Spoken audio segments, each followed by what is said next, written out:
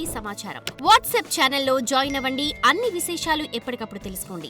కొండలలో నెలకొన్న కోనీటి రాయడు వాడు అంటే ఎప్పుడో తానిచ్చిన వరాన్ని నిజం చేయడానికి సరస్వతీ నదిని పుష్కరిణి చేసి ఆ పుష్కరిణి ఒడ్డున వెలిసినటువంటి దయామూర్తి. అందుకే స్వామి పుష్కరిణి స్నానం సద్గురోహో పాదసేవనం ఏకాదశి వ్రతం చాపి త్రయం అత్యంత దుర్లభం అంటారు. స్వామి పుష్కరిణి స్నానం అంత గొప్పది. అటువంటి పుష్కరిణి పక్కన వెలిసినవాడు కాబట్టి కొండలలో నెలకొన్న కోనీటి రాయడువాడు, కొండలంత వరములు కుప్పెడువాడు.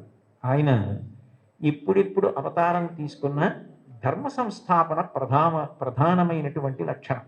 యదా యదా హి ధర్మస్య గ్లానిర్భవతి భారత అభ్యుత్థానమధర్మస్య తదాత్మానం సృజామ్యహం. ఆ ధర్మరక్షణ కొరకు విశేషమైన రాక్షస సంహారం చేస్తారు. కృష్ణ భగవానుడు కూడా కన్నులు తెరవని కడుచిన్ని పాపడై దానవి చనుబాలు త్రావి చంపి 3వ నెల నాడు ముద్దుల కుర్రడై కోపించి శకటంబు పూలద్రోసి ఏడాది కుర్రడై ఎగసి తృణావర్తు మెడపట్టుకొని చీరి బకునిచి చంపి అంటారు. అసలు కన్నులు తెరవడం మొదలు పెట్టనప్పటి నుంచి రాక్షస సంహారం చేశాడు కృష్ణుడు. రాముడు సరే సరి బండన భీముడు అత్తజన బాంధవుడు ఉజ్వల బాణతోన కోదండ కళాప్రచండ భుజతాండవ కీర్తికి రామమూర్తికి రెండవ సాటి దైవమి కలిడనుచున్ గడకట్టి భీరికాడండ డడాండ డాండ నిడదంబుల జండము నిండ మత్త వేదండము నిక్కి చాటెదను దాశరథి కరుణాపయోనిధి అంటారు గోపరాజు గారు.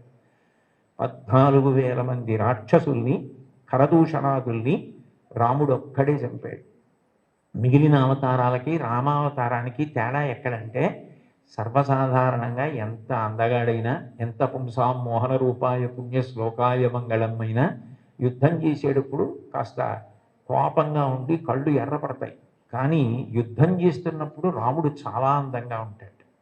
ఎప్పుడు బాణం తీస్తాడో, ఎప్పుడు సంధిస్తాడో, ఎప్పుడు విడిచిపెడతాడో తెలియదు. అందుకే మీరు రామాయణం జాగ్రత్తగా చదివితే అసలు ఎటువంటి రాముణ్ణి చూసి శూర్పణఖ మోహించిందంటే యుద్ధం చేస్తున్న రాముణ్ణి చూసి మోహించింది. అబ్బాయి ఎంత అందంగా యుద్ధం చేస్తున్నాడు, అంతటి అందగాడు రాముడు, అంతమందిని చంపినవాడు. కానీ శ్రీ వెంకటేశ్వరుడు రాక్షస సంహారం జోలికి వెళ్ళలేదు. నందక ఖడ్గం ఆయన దగ్గర ఉన్న ఆయన క్షమాగుణంతో ప్రవర్తిస్తాడు. ఎన్ని తప్పులు చేసిన వారైనా ఆయన దగ్గర కైమోడ్చి నిలబెడితే క్షమించడమే ప్రధాన లక్షణంగా ఉండి పాపములకు ప్రాతినిధ్యంగా కేశఖండనం, కేశములను తీసి క్షమించి పంపిస్తాడు. అందుకే సృగ్భూషాంబరహీతీనాం సుషమావహమూర్తయే సర్వార్తిశమనాయాస్తు వెంకటేశాయ మంగళం దయామృత తరంగిణ్యాస్తరంగైరివ శీతలై అపాంగైసించతే విశ్వం వెంకటేశాయ మంగళం అంటారు. అంతటి దయామూర్తి. అటువంటి అవతారం ఇత పూర్వం రాలేదు. ఎన్ని పాపములున్నా సంహరించడం అన్నది చెయ్యదు. ఆ పాపరూపమైనట్టి ధనము కొండపైకి రప్పించి నిస్పృహుండనగుచు అంటాడు. తరిగొండ వెంగమాంబ గారు మహాతల్లి వెంకటాచల మహాత్మ్యము అని కావ్యం చేసింది. అందులో పాపాన్ని ద్రవ్యం మీదకి ఆవాహన చేసి తెప్పించి హుండీలో వేయించి క్షమాభిక్ష పెట్టి ఆ ద్రవ్యాన్ని నిస్పృహుడై సామాజిక కార్యక్రమాలకి ఇచ్చేస్తుంటాడు. అటువంటి వెంకటేశ్వరుడు ఉన్నాడే, ఆయన ఈ అవతారంలో వరములను కుప్పించడమే ప్రధాన లక్ష్యంగా కలిగినవాడు. నాకున్న పెద్ద భయం ఏమిటంటే నాకు ఇటువంటివి చెప్పేటప్పుడు ఏ పల్లవి దగ్గరో గంట అయిపోతుంది. అందుకని నాకు చాలా భయం. ఒరే ఇంకా వెనక 3 కీర్తనలు ఉన్నాయి, ఒళ్ళు దగ్గర పెట్టుకో, తగ్గించు తగ్గించు తగ్గించు అని నాకు నేను పరాకు చెప్పుకుని మాట్లాడుతూ ఉంటాను. కాబట్టి కొండలలో నెలకొన్న కోనీటి రాయడువాడు, కొండలంత వరములు కుప్పెడువాడు. అయితే ఈ మాట అన్నప్పుడు అన్నమాచార్యుల వారు ఆయన యొక్క అనుగ్రహ వైభవాన్ని 3 రకాలుగా ప్రతిపాదన చేశారు. ఆయన భక్తుల్ని అనుగ్రహించడం అన్నది ఏదో తపస్సు చేస్తే నీకేం వరం కావాలి అని అడిగి వాళ్ళకి ఆ వరం ఇవ్వడం కాదు. అసలు అవతల వారు అడగనటువంటి వరాలు, అవతల వారి యొక్క భక్తిని బట్టి ఎంత వశపడిపోతాడు అన్నదానికి పరమాద్భుతమైనటువంటి ఉదాహరణలు కొన్ని చెప్పారు. అందులో మొదటి చరణంలో కురువరతి నంబి, అంతే కదమ్మా, కొండలు చేసిన ఎట్టి కొండలు. ఇందులో మొట్టమొదట ఈ అక్కర్లా నాకు ఉదాహరణ చెప్తే చాలు. కుండలు చేసేటటువంటి కుమ్మరిదాసుడైన కురవరెడ్డి నమ్మి, కుండలు చేసేటటువంటి ఒక కుమ్మరి వృత్తిలో ఉన్నటువంటి వ్యక్తిని ఆయన ఎంత అనుగ్రహించారన్నది ఉదాహరణగా చెప్తున్నారు. తొండమాన్ చక్రవర్తి వెంకటేశ్వరుడికి ఆనంద నిలయ విమాన నిర్మాణం చేసిన తర్వాత ప్రతిరోజు బంగారు తులసీ దళాలతో పూజ చేసేవాడు.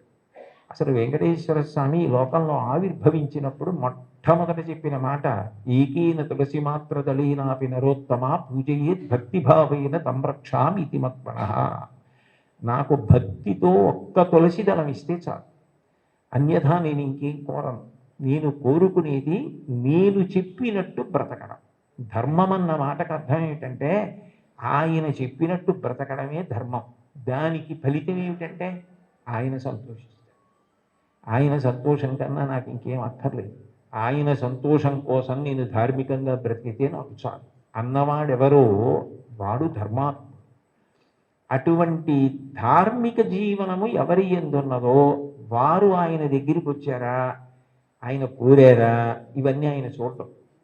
దానికి ప్రబల ఉదాహరణ ఏమిటంటే తొండమాన్ చక్రవర్తి బంగారు తులసి దళాలు పూజ చేస్తే తీసేసి పాదాల మించి ఆ భీముడు అన్న ఆ కుమ్మరి ఆయన ప్రతిరోజు కుండలు చేయడం మొదలు పెట్టగానే అసలు దాన్ని వెంకటాచల మహాత్మ్యంలో ఎంత గొప్పగా వర్ణిస్తారు.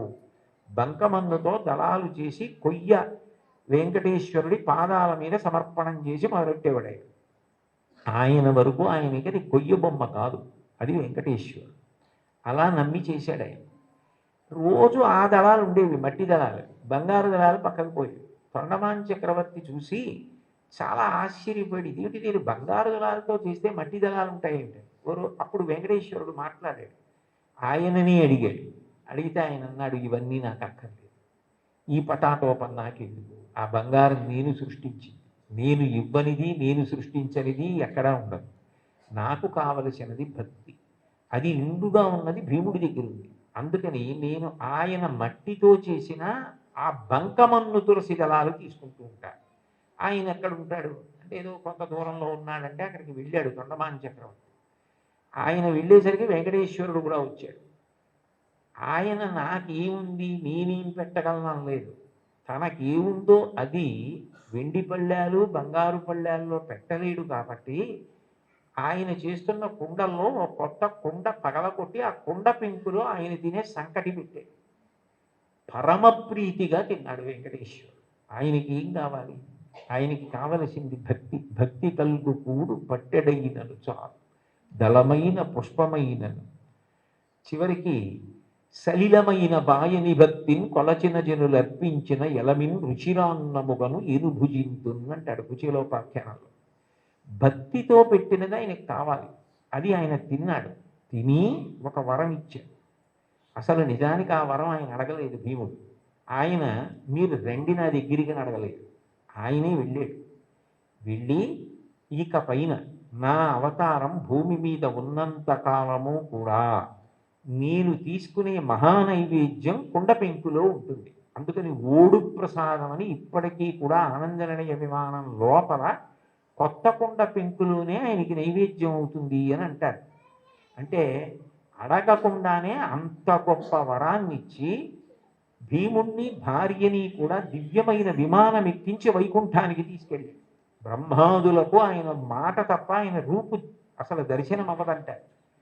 అలాంటి వాళ్ళని తీసుకెళ్ళాడు. అంటే ఊహించని వరం. కొండలలో ఉన్నవాడు కొండలంత వరం ఇవ్వగలిగినవాడు, ఊహించలేని వరం ఇవ్వగలిగినవాడు. ఆయనను ఇది ఇవ్వండి అని కాకుండా భక్తితో ప్రేమతో ఆయనని పట్టుకోగలిగితే ఆయన ఏదిస్తాడన్న దాన్ని ఊహించడం కూడా నీకు సాధ్యం కాదు. For more videos like this, subscribe Big TV channel.